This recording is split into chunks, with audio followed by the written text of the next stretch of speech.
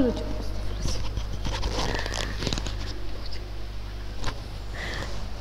Bismillah. Assalamualaikum warahmatullahi wabarakatuh. Alhamdulillahirabbil alamin wassalatu wassalamu ala asyrafil anbiya'i wal mursalin wa ala alihi wa sahbihi ajma'in. Amma ba'du. Segala puji bagi Allah, Tuhan semesta alam yang telah memberikan kita nikmat kesehatan, nikmat keimanan, dan kita masih bisa melaksanakan kegiatan kita seperti biasanya, aktivitas kita seperti biasanya. Tidak lupa juga Ustazah tetap memberikan motivasi sama kalian anak-anak Ustazah kelas 8. Semoga anak-anak Ustazah semua tetap semangat, dan ini sudah mulai masuk ke bab yang keempat ya Kak.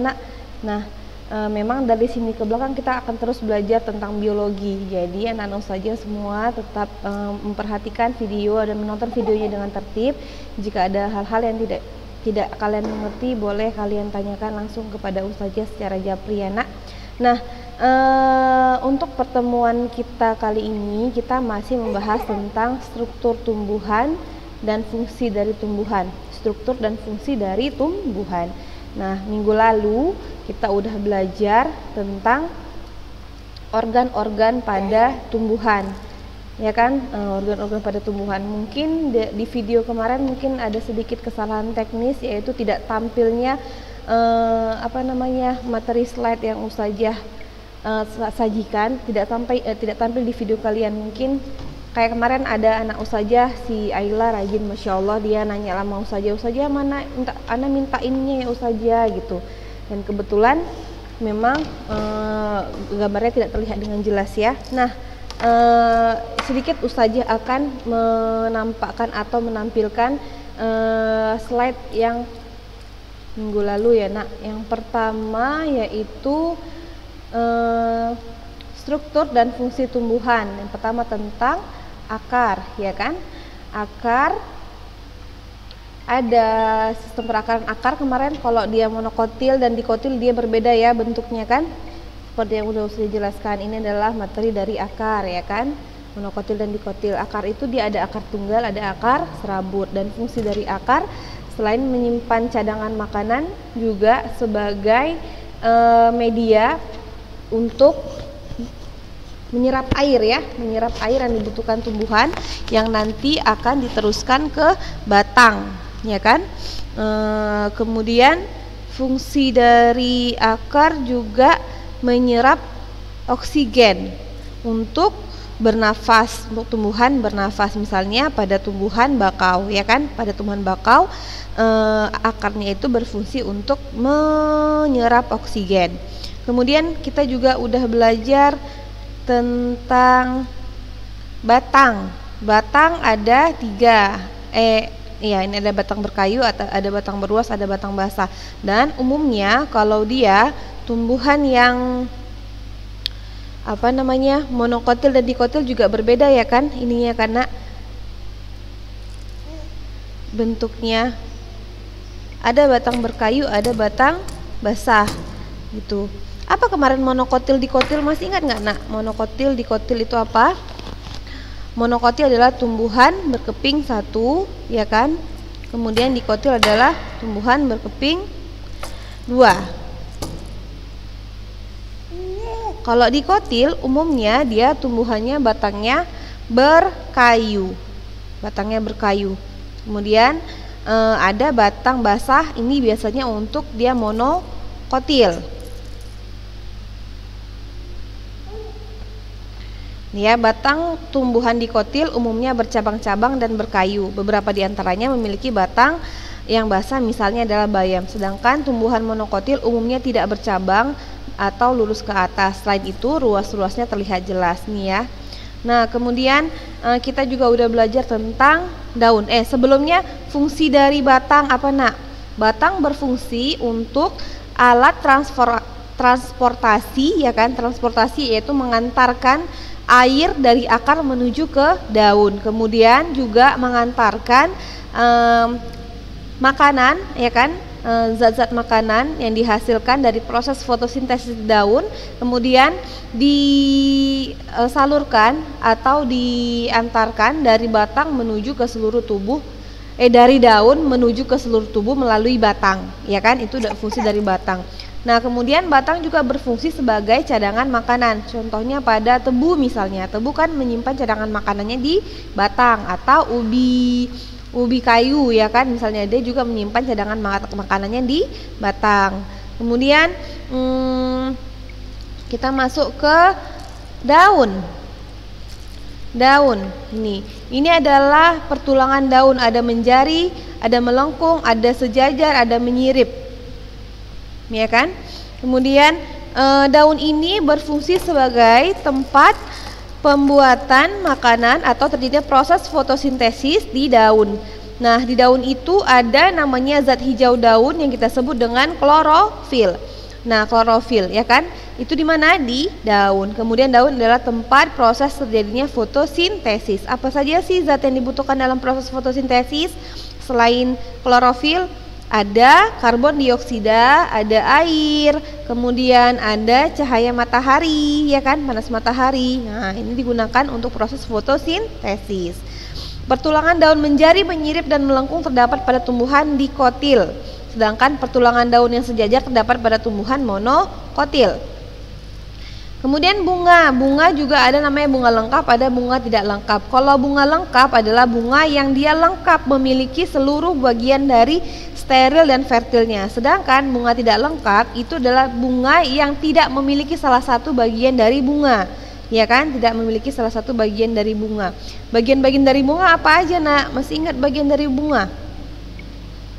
Bunga itu ada kepala putik, ada tangkai putik, ada mahkota, ada kelopak, ada tangkai, ada benang sari, ya kan? Itu adalah bagian-bagian dari bunga.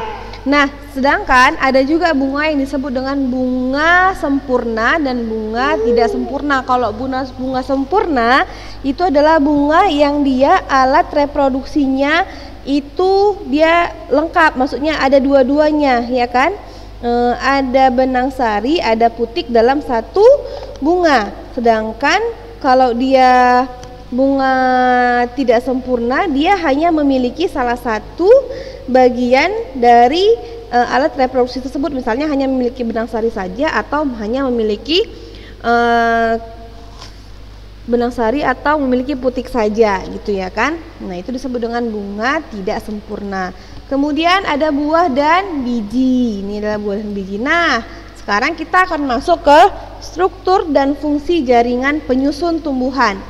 Struktur dan fungsi jaringan penyusun tumbuhan. Kita masuk hari ini ya tentang itu.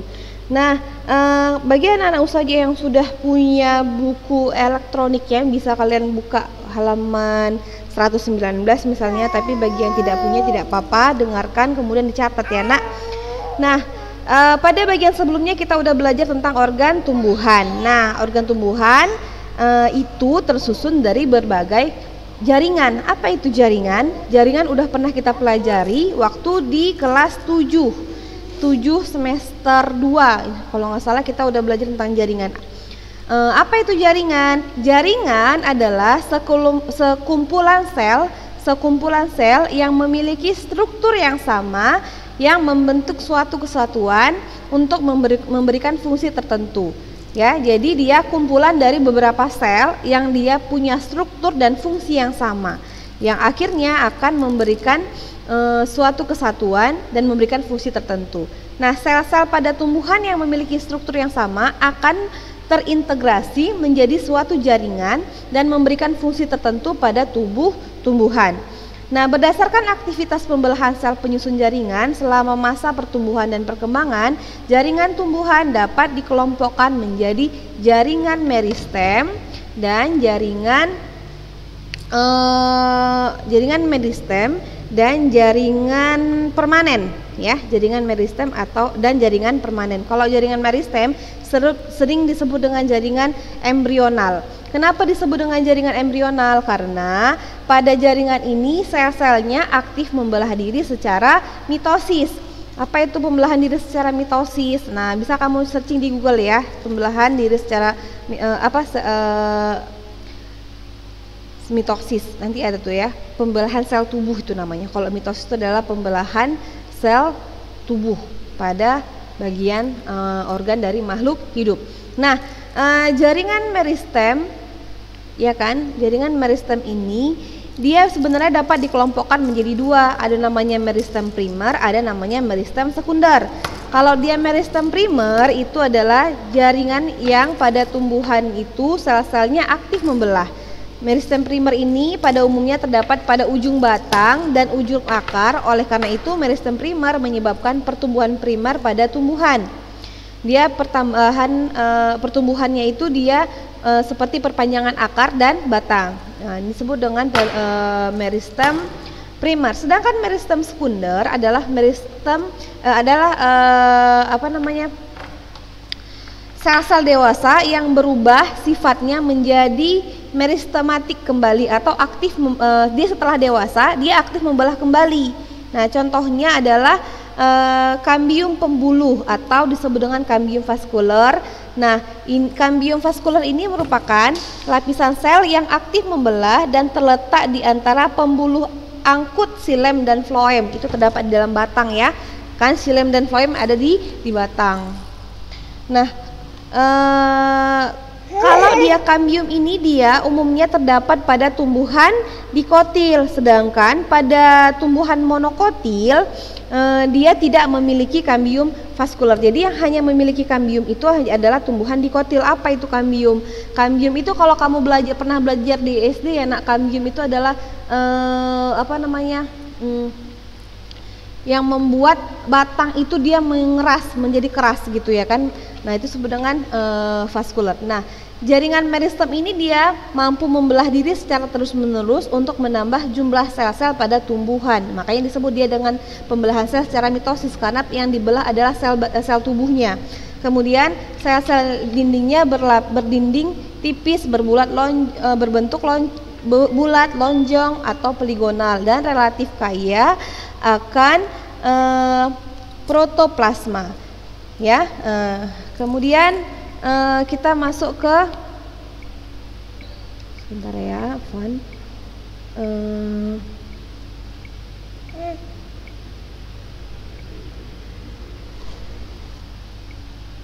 Kita masuk ke jaringan dewasa. Jaringan dewasa ini ya kan, atau jaringan permanen itu kan bagiannya ada jaringan epidermis namanya.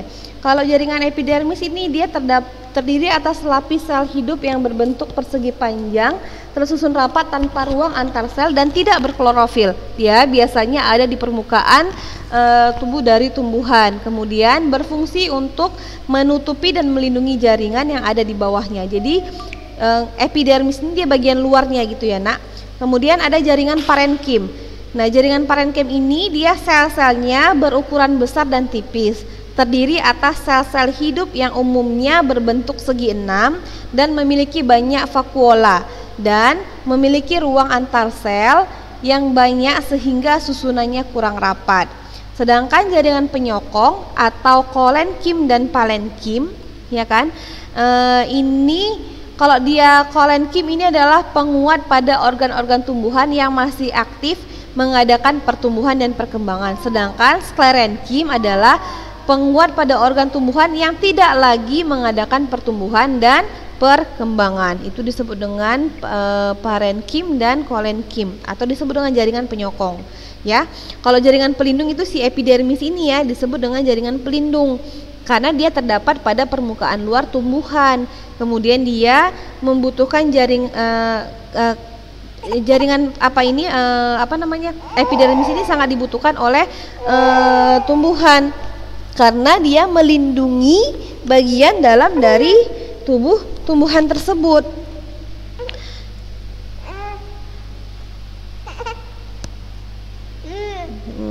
Kemudian tadi udah jaringan parenkim, ini udah parenkim udah. Kemudian jaringan penyokong juga udah, ya kan? Jaringan penyokong ini adalah dia menunjang bentuk tubuh dari tumbuhan, dan berdasarkan bentuk dan sifatnya jaringan ini dapat dibedakan menjadi dua, yaitu kolenkim dan sklerenkim. Sklerenkim, ya. Kalau dia kolenkim, dia menyokong bagian tumbuhan yang masih dia mengalami pertumbuhan atau bisa dibilang yang masih muda, ya kan. Kemudian kalau dia yang sklerenkim, dia yang sudah kuat, dia juga bersifat permanen dan fungsinya itu menyokong tubuh tumbuhan yang sudah tua, ya kan.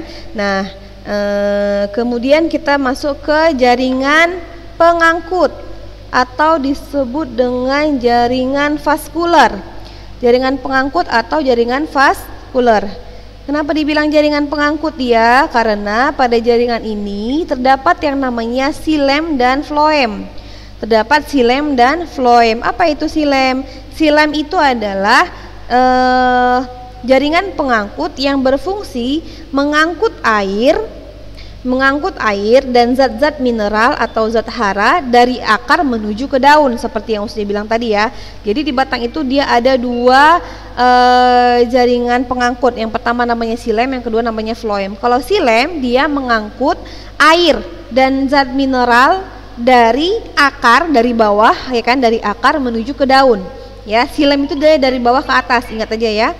Dari bawah menuju ke, dari akar menuju ke daun. Kemudian yang floem ini berfungsi untuk mengangkut dan mengedarkan zat makanan hasil fotosintesis dari mana? Dari daun ke seluruh tubuh bagian dari tumbuhan. Itu adalah fungsi dari jaringan vaskular atau jaringan pengangkut, ya. Nah, jadi kalau kita lihat di sini, tunggu ya, ini. Kalau kita lihat di sini ya, ini perhatikan ya, ada berapa jaringan penyusunan dari tumbuhan? Sebenarnya itu ada dua, namanya jaringan meristem sama jaringan permanen atau jaringan dewasa. Nah, jaringan meristem itu apa aja? Jaringan meristem itu dia ada namanya jaringan meristem sekunder, ada jaringan meristem primer, ya kan? Nah, dia berfungsi untuk sel-selnya itu dia mampu membelah diri secara terus menerus, ya kan, untuk menambah jumlah sel pada tumbuhan. Sedangkan dindingnya itu dia tipis, ya kan, bentuknya bulat dan seterusnya. Sedangkan yang kedua adalah jaringan permanen atau jaringan dewasa. Ini terdiri dari jaringan epidermis atau jaringan paling luar ya, jaringan pelindung namanya kalau kita sebut, karena dia melindungi organ di bawahnya, ya kan. Kemudian ada jaringan parenkim. Parenkim ini disebut dengan jaringan dasar. Kemudian ada juga jaringan penyokong. Jaringan penyokong ini terdiri dari kolenkim dan sklerenkim. Kalau kolenkim tadi apa? Penguat, namanya penyokong. Penyokong itu artinya penguat. Dia jaringan penguat yang pada organ tumbuhan dia masih aktif terus mengadakan pembelahan dan pertumbuhan serta perkembangan. Sedangkan kalau sklerenkim ini adalah penguat pada organ-organ tubuh tumbuhan yang sudah tidak lagi aktif membelah diri ataupun tidak lagi mengalami pertumbuhan. Sudah sudah permanen dia. Yang sudah tua bisa dibilang juga kayak gitu. Kalau yang kolenkim yang masih muda, sedangkan sklerenkim untuk yang sudah tua. Kemudian ada jaringan pengangkut, terdapat di mana? Di batang. Namanya apa? Xilem dan floem. Kalau xilem dia mengangkut air dan zat mineral dari akar menuju ke daun. Sedangkan kalau dia floem dia mengangkut zat makanan hasil fotosintesis dari daun menuju ke seluruh tubuh tumbuhan, ya. Itu fungsi dari jaringan-jaringan yang terdapat pada jaringan penyusun pada tumbuhan. Kemudian setelah itu kita masuk ke struktur, ya, struktur dan fungsi jaringan pada akar, batang, dan daun. Struktur dan fungsi jaringan pada akar, batang, dan daun. Seperti yang sudah saya jelaskan minggu lalu, organ tumbuhan itu dia ada namanya organ vegetatif, ada namanya organ generatif.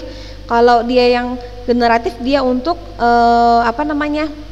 perkembangbiakan, sedangkan yang atau sel kelamin ya kan.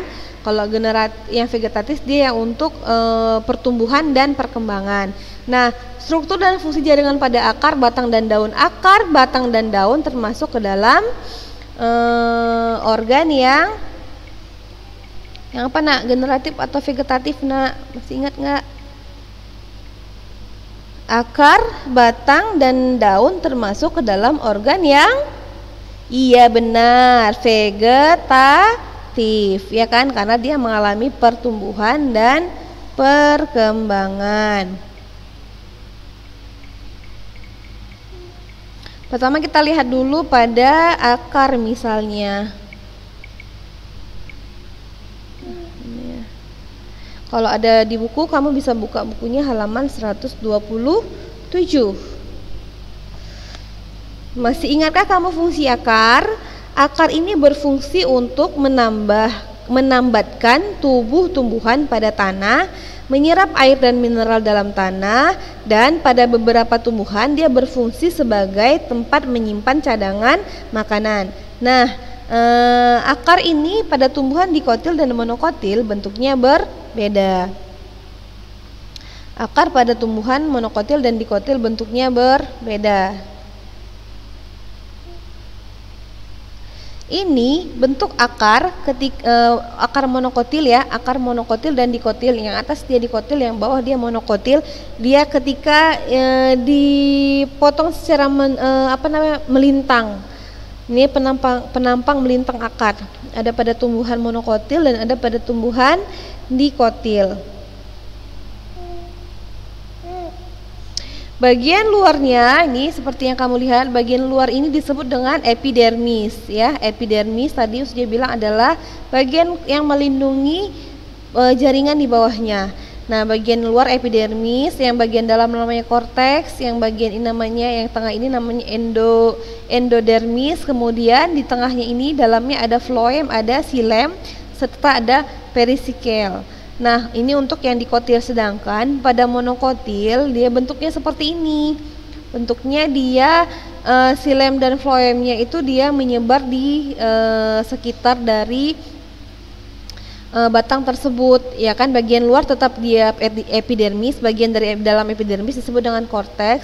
Yang ini adalah endodermis, bagian dalam dari kulitnya. Kemudian floemnya yang yang kecil ini floemnya, yang atas ini namanya xilem. Kemudian ada periskelnya. Sedangkan pada akar monokotil dia ada namanya empulur. Nah, sedangkan pada batang juga beda ya. Monokotil dan dikotil bentuknya berbeda. Untuk batang yang dikotil bentuknya seperti ini. Nih batang dikotil, ini untuk batang monokotil.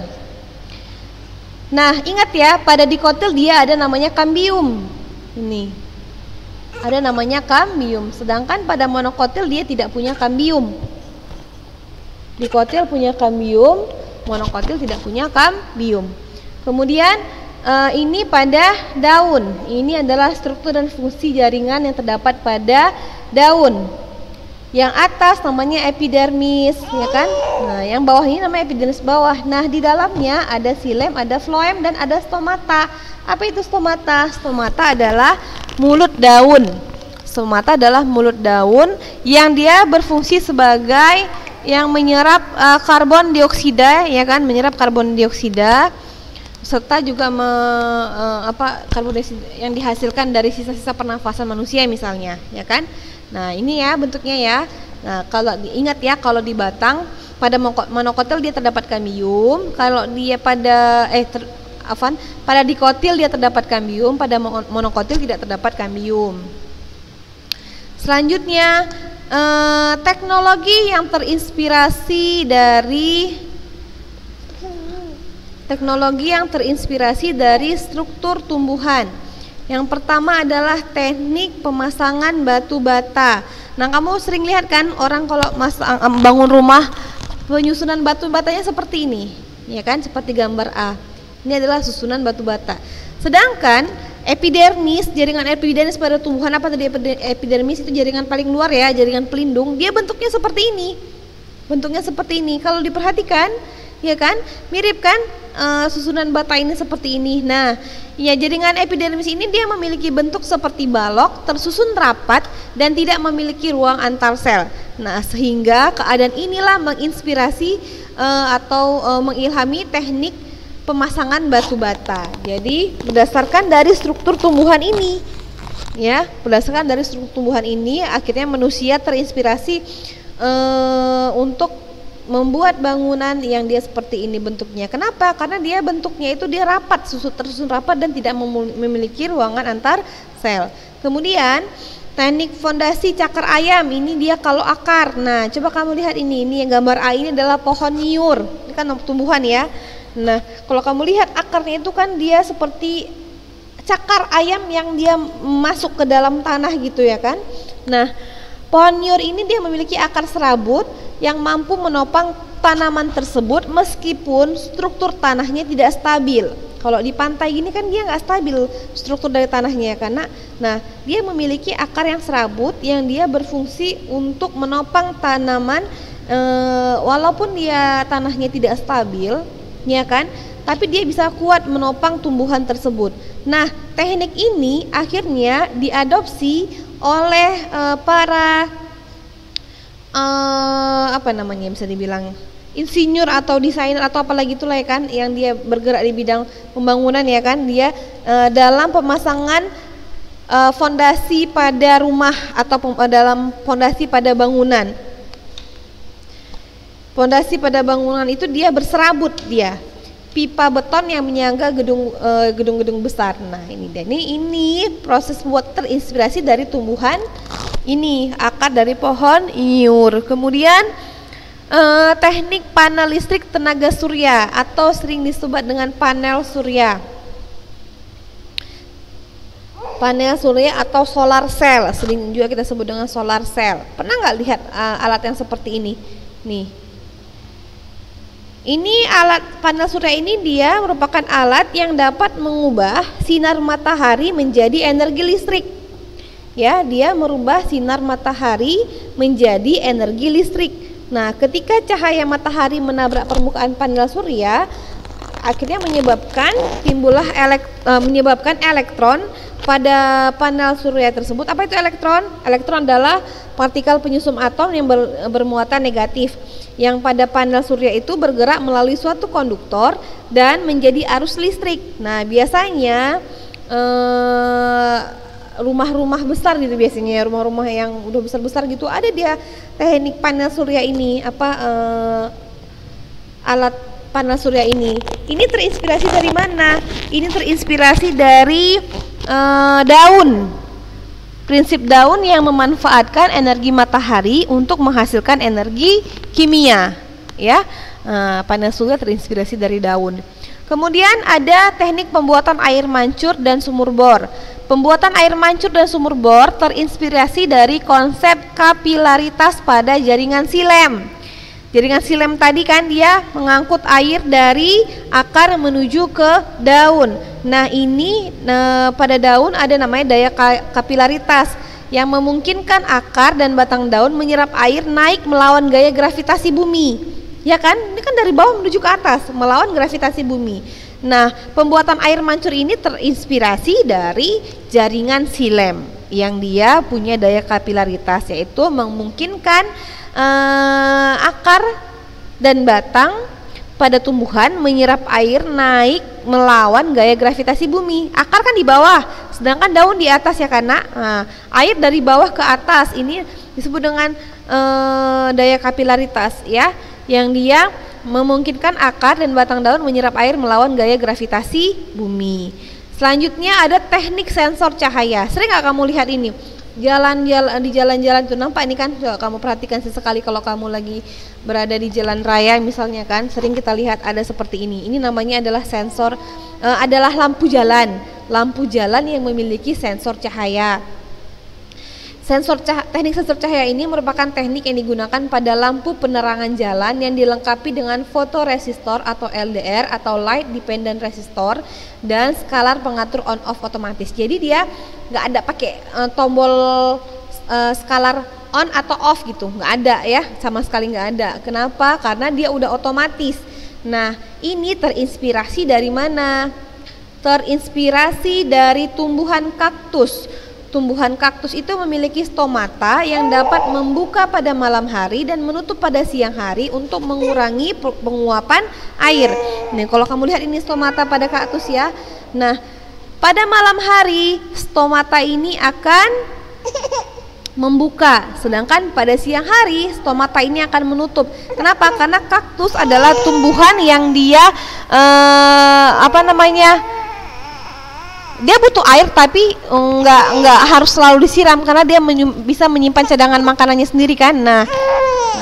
Kemudian proses membuka dan menutupnya stomata ini dipengaruhi oleh aktivitas sel pada sel penjaga stomata. Di dalam sel penjaga ini terdapat yang namanya reseptor cahaya yang disebut dengan fotoreseptor. Nah, inilah yang diadopsi oleh para ilmuwan, ya kan, yang akhirnya membuat lampu jalan ini memiliki teknik sensor cahaya. Dia akan mati pada pagi hari, kemudian ketika hari sudah mulai gelap dia akan hidup kembali, ya kan? Nah, ini dia dilengkapi fotoresistor, sedangkan pada tumbuhan disebut dengan fotoreseptor, ya. Ada lagi nggak?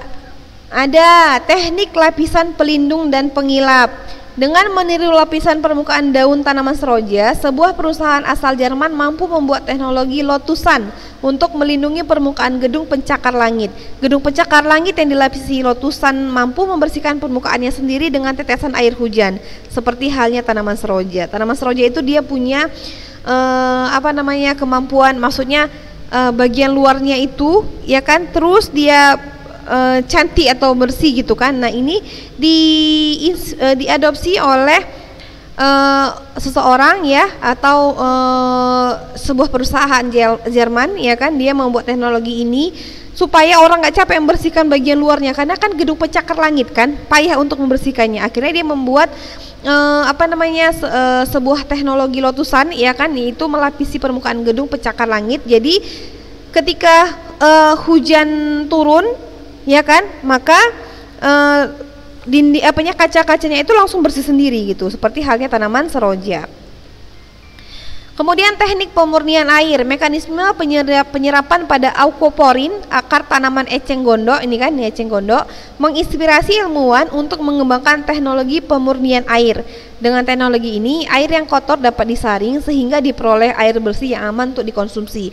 Nah, ini diinspirasi dari akar eceng gondok. Nah, jadi itu adalah materi yang kita pelajari untuk bab 4, yaitu struktur dan fungsi tumbuhan serta pemanfaatannya dalam teknologi. Nah, kemudian Ustazah akan memberikan tugas pada kalian, yaitu nanti Ustazah akan share ke kalian soal yang harus kalian kerjakan. Nanti ada terdiri dari 10 pilihan ganda dan nantilah Ustazah kirim ya ke kalian ya, supaya kalian lebih bisa melihatnya dengan secara langsung. Nah, jadi itu aja materi kita hari ini, yaitu tentang struktur dan fungsi tumbuhan serta pemanfaatannya dalam teknologi. Jadi lebih dan kurang Ustazah mohon maaf. Jika ada yang tanyakan bisa langsung jumpai Ustazah atau bisa langsung japri Ustazah ya. Kita tutup pertemuan kita ini dengan membaca doa kafaratul majelis. Subhanakallahumma bihamdika asyhadu alla ilaha illa anta astaghfiruka wa atubu ilaik.